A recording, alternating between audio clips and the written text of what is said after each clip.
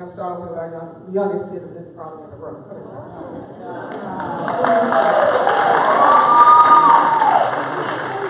Let us know who you want to address and then ask your question. Thank you. I want to ask Mayor Bell my question. I remember last year when the mayor and the president of the city council got in a fist fight and we talk about stopping violence and we talk about building our communities. So why should people vote for a mayor who got in a fist fight?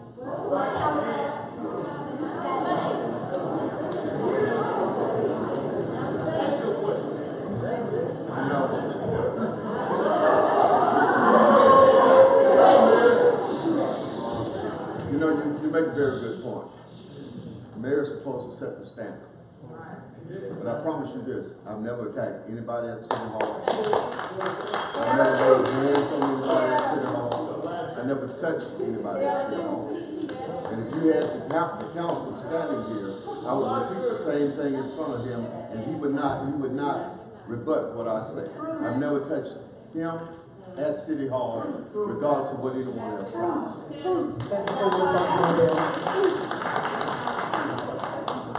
This is our last question. Ma'am, let us know who you're addressing and then ask your question. I'm addressing this to every one of you. First of all, I would like to know why we have a city council meeting at 9:30 or 10 o'clock every Tuesday, when everyone is at work, at school, or wherever. I mean, it makes no sense to me. I go down there I just stop going.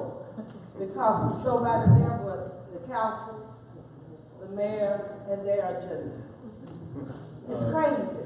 And I fought like I don't know what to try to see, can we have it at least the time we had to come here, so the younger 21st century generation of all Democrats can at least know what's going on. They don't even know what's going on. I think I can. Good. I think we should give each candidate about 30 seconds to talk about the city council meetings, and Randall, we'll go left to right. If that's okay with you. No problem. We'll give you each 30 seconds to talk about city council meetings being at more hospitable times to the citizenry. That's one thing that should be looked at immediately, because, like I said, I want to do it together. So I feel as though that we should get together in the evening time when it's affordable and comfortable for people to be able to be involved in the way the city is operating. So that's one of the first things that we should do. We should check with the council, everybody get together, and let's put our views on the table, and let's move this city together. And just, that's just one of the first things that I would do. That's one of the main things that people are talking about. Let's do it. First of all, the responsibility of the administration of the city council meetings fall on the city council and the city council president. But we also have to make sure that it's collaboration and team effort between the mayor and the council to make sure that we have these meetings so there's as much participation from the citizens as possible. If that means having meetings in the evenings, so be it. We need to make sure. Because out of all the candidates up here in the last 4 years at least, I've been to more city council meetings than the current mayor. Mr. Hill, it's 30 seconds. We need to make sure that we have a meeting that is for the citizens. Mr. Hill, it's 30 seconds.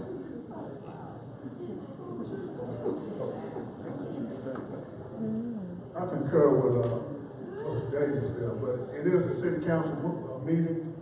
I think they will have more control. We might need to question the city council while they have their meeting. As a mayor can be accessible to any time, but that's city council.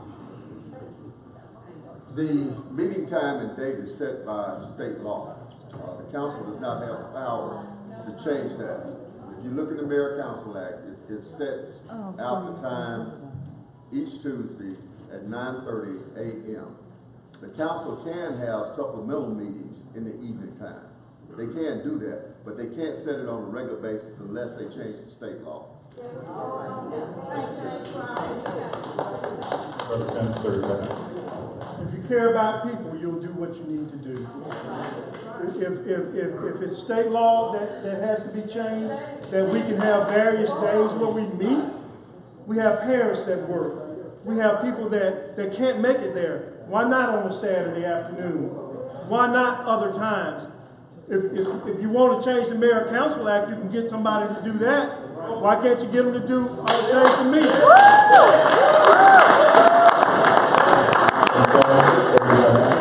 Yes, we sent people to Montgomery. Why is it they were so busy doing other things that they forgot to respect the citizens of Birmingham? They went down there to try to get a dictatorship here in Birmingham. Why didn't they respect the citizens enough? Because they don't even respect those who died to send them to Montgomery. And we get them from down there too. Mr. Woodson. So I have 30 seconds to answer a pretty important question, because I think it's more than just the time of the meeting. It boils down to the relationship between the mayor and council too. It's not about control. Yes, the city council dictates their meeting because it's their meeting, where the mayor sits to the side. He's made recommendations to them. But we've gone from verbal altercations to physical altercations to something way worse. A mayor and a council who don't talk. And the only way to change that time that fits for our citizens is a mayor and 9 council people attending them in the vote, working together in the best interest of you and our citizens.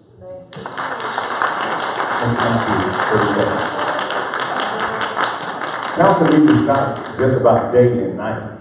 It's about citizens, senior citizens that go to bed early and wake up early.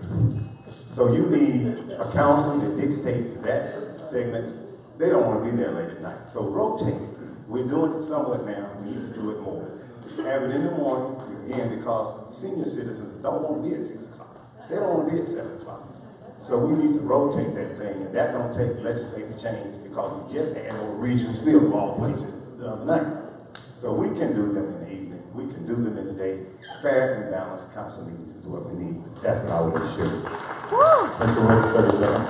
I like that question because part of my community revitalization development plan, as you heard me mention, is to seek the council to get approval to develop municipal offices, districts in every district, and a part of that is to make the community feel a part of it by moving it around. And I agree with you, most people are working during the daytime, and I think that's flexible. Like Frank mentioned, we just had an evening meeting over at Regents Park, and it's all about putting the people first. And if you want the people first, then you vote for Chris Woods as your next mayor.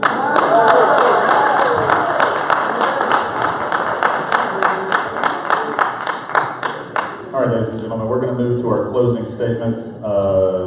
This time, switch it up, we'll go right to left, since we just did left to right. And each candidate will be given 2 minutes to make their closing statements. We'll begin with Mr. Woods and proceed that way. Well, thank you for all being here tonight, and I hope you entered some dialogue. And from where I see it, I am the clear choice mayor of this city. Where we are as a city reminds me of a story, Alice in Wonderland, when Alice came to a fork in the road, and she asked the chestnut, Mr. Chestnut, which road should I take? He said, where are you going? She said, I do not know. Then he said, it matters not which road you take. Birmingham, unlike Alice, I have a vision for this city.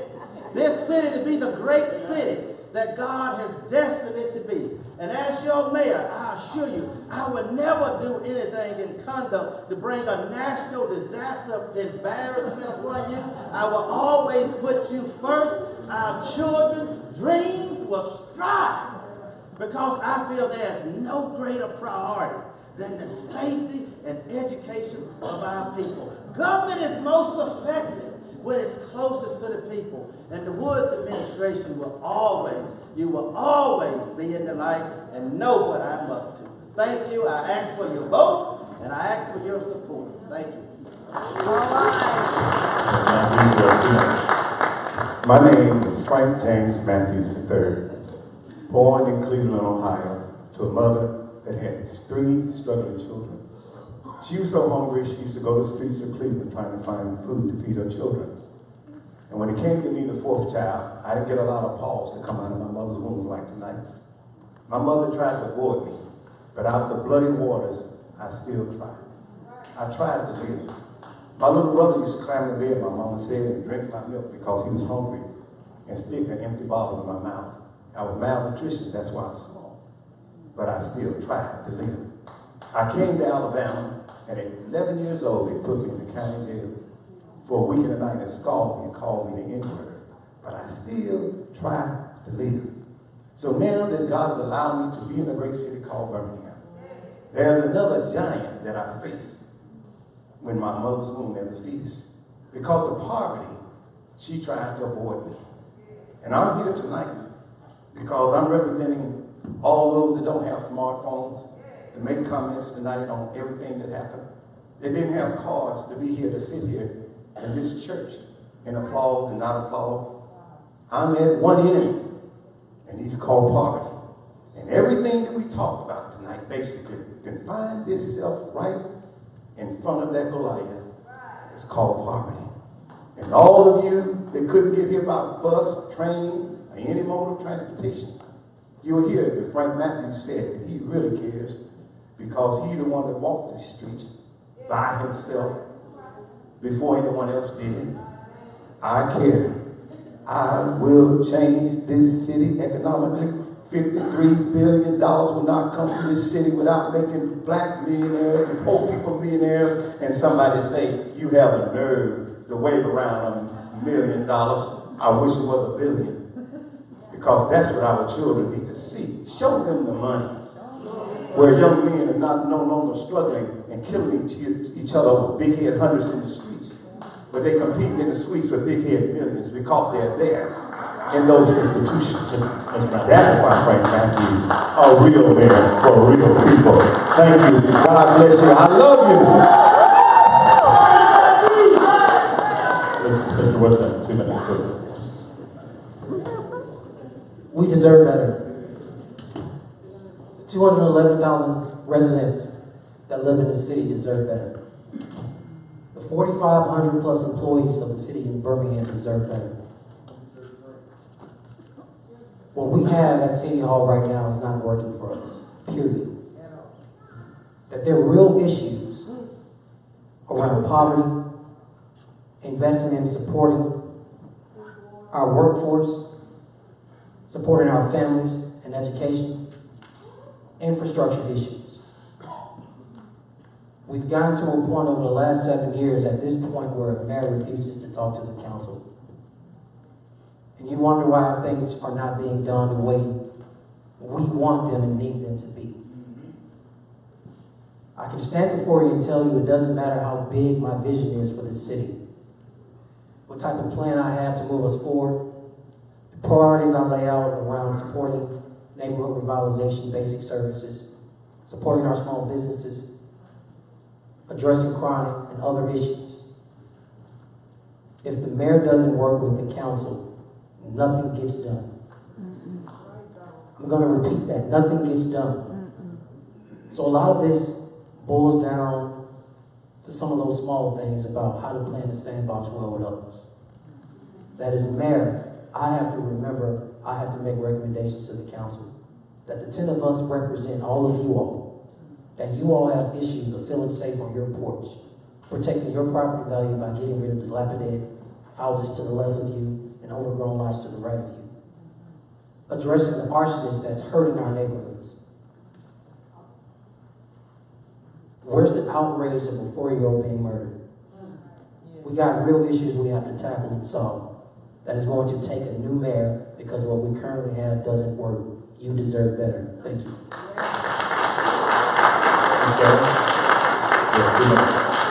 Thank you, everybody, for coming out and caring for Birmingham the way you do by being here on tonight. And I want to say to you, when you go to vote on August 22nd, don't forget that you are voting for the future of Birmingham. And Birmingham once shook the conscience of our nation. President Kennedy couldn't sit still because of Birmingham. You moved the globe. And because of Birmingham, today we can walk the streets of Birmingham without Jim Crow. Because our foreparents loved us enough to stand in front of Bull Connor's doors to say to us that you can run Birmingham, you can run the bus system, you can run the police, the law enforcement. And are we going to say to our children and our grandchildren, this is the best we can give you? It's a city that's filled with crime, worse than Chicago, worse than Detroit. I love those who died for my city enough to say, no, the buck stops here. When you elect me your first woman mayor, we are going to get it done. We're going to form 1,000 volunteers to work and support the law enforcement. I will give you the decision whether or not you want Roper to live in town. Because as far as I'm concerned, as long as we are a civilized city and we display decency and human dignity as the legacy was given to us to stand up for equality and justice for all, for nonviolence and peace, that legacy was given to us. And so when you vote on August 22nd, that's what you are doing. You are saying to the next, you're saying to the next generation, yes, I love you. I love you as much as Mary McLeod Bethune loved you when she gave her last will and testament. Okay. Brother Sims, 2 minutes, please.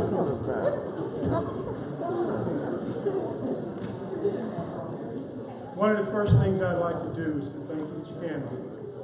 There have been some things said, some strong things said, and we weathered through it, haven't we? Because we have to be people that care about each other.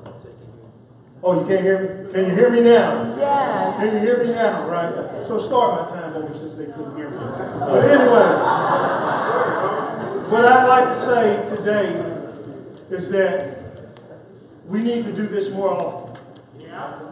We don't need to do it just in stadiums and churches. We need to do it in each other's homes. We need to talk about it. Now, one thing I would like to say is follow the money. I don't have 1 billion signs out front. I don't have that. My campaign is a buck for change because I want it to be not about money. I can't be bought and I can't be sold. Whoa. Okay? That's why you don't see 1 billion signs that I have. Not working like that. What I do want to say is this race is not for the office. It's for the people. We need better schools. We need better community. We need better government. We have 25,000 students in the Birmingham school system that are not educated. You can cross the street and get an education at Homewood, Mountain Brook, and West Stadium. A child's education should not be decided by a zip code. We're the third most dangerous city in the country. We can't build a city if it's not safe. We can't build a labor force if people are not educated. And we need a government that has integrity and can be trusted. I ask that you would trust me. Trust me to be the best mayor Birmingham has seen thus far. Brother Sims for mayor. Go to the west. Y'all can give me more than that, can't you? Mayor Dell, you have 2 minutes for your closing statement. First of all, as I said earlier, I want to thank you for allowing me to have served as your mayor since 2010. You know, someone said that I travel a lot. Well, I traveled to Washington, D.C. to save the money to build an intermodal facility, which we just built in downtown Birmingham for citizens who are dependent upon our bus system. I traveled to Washington, D.C. to get $6 million to create a program whereby we're training young folks on the technical jobs that exist in our community right now. Yes, I traveled to Washington, D.C. to get tens of millions of dollars to build new fire stations in our community. Yes, I traveled to places around the world to bring attention to the city of Birmingham. That's why we got the World Games coming here in 2018. Someone said that implied that I don't give out you can't reach me, you can't call me. I don't know if a young lady in here by the name of Kelsey, but anywhere I go to town hall meetings, I give out my cell number. My cell number. Not a cell number that's paid for by the city, but my cell number that I pay for out of my own pocket. I'm committed to making the changes. No, I'm not going to please everybody. I know that. And some of you have already made up your mind who you're going to support. But to those of you who have not made up your mind, and you came to this meeting to make a decision, just look around. Things are not perfect, but we're getting there. When you drive home, look at the communities where we're changing out all of the lights. Someone said, well, you're not doing anything in the communities in the neighborhood. We're putting LED lighting all over this city. Yes, we are paving roads. But we paved roads 2 years ago, and we're paving the rest of them this year. We're doing that right now. Right down Lom Avenue, Martin Luther King Boulevard. Right down. I got a total. We talk about jobs and being the center of transportation. We are developing. Do I not have tokens? We were using the tokens during the other questions. This was closing statements. When you gave out the rules, you said we had a token at every time.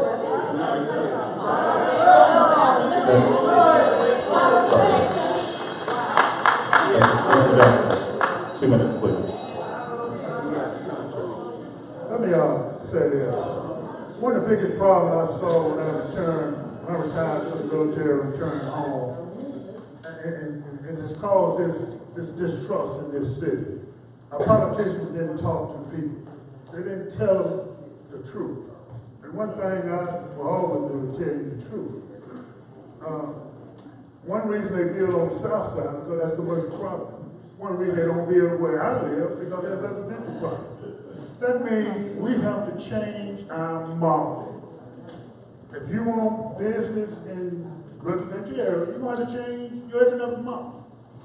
People do work from home now. So I don't get mad because they build it down on the south side and east side because it's zoned for that. It's not zoned to build in residential area where I live at. I understand. Okay? And as mayor, you will always know the truth. That's the biggest thing I have about the politicians today. When I move back home, not informing the people. When you don't realize that you own the waterworks board, that's a problem. Not board the water system. That's a problem when you think you don't own the water system. Birmingham owns the water system. Okay? And that's a city no used to. It still owns the water system. All you have to do is follow the shortness of municipal on the tax. Okay? So I will inform you. I've been saying I was going to take your gun. Nobody questions, but how you going to take my gun? Because I have a constitutional right to own a gun. Well, it can be taken. Why? Because the Supreme Court did not do away with prohibitions of guns. That means the mayor can control. Ladies and gentlemen, respect, please. Okay? So, ask questions, but ask the right question, engage. You know, I serve City Hall all the time. The mayor is telling the truth. I go and sit down line and find anything I want. Okay? Engage the city. Engage it the right way. I will keep you informed. Thank you. Mr. Hill, 2 minutes, please. And real quick, audience members, these are closing statements. Please give all of our candidates the same level of respect and let them make their statements. Thank you. My campaign slogan is "Let's build a better Birmingham." And in order to build a better Birmingham, we have to have leadership that's going to be representative of the citizens in which we represent. We have to make sure that there's quality education and leadership development in this city.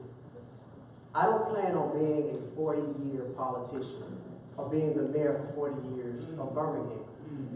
I want to give you 8 years so that we can lay the foundation to make sure that we have proper educational foundation for our kids to take over when I leave office, or the next person to be the mayor when I leave office. We need to make sure we have those type of resources in place. We need to make sure citizens' engagement is a constant communication line between City Hall and the citizens. We need to make sure that we have a public policy and safety plan in place, not just on the mayor's side, but in every facility, every neighborhood, every community within this city. We have to make sure that we have economic development and growth in this city. And the only way we can do that is by having effective communication between the mayor's office, the council, and the citizens. Ethics reform. There have been a number of statements made tonight about the waterworks. And this is where ethics reform is vitally important.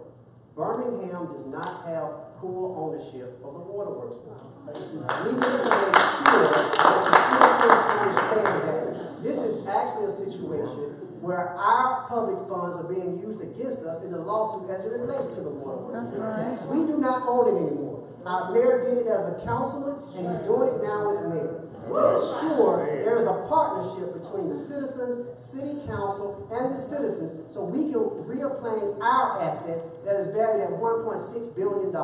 Philemon Hill for mayor, August 27th. Mr. Davis, 2 minutes.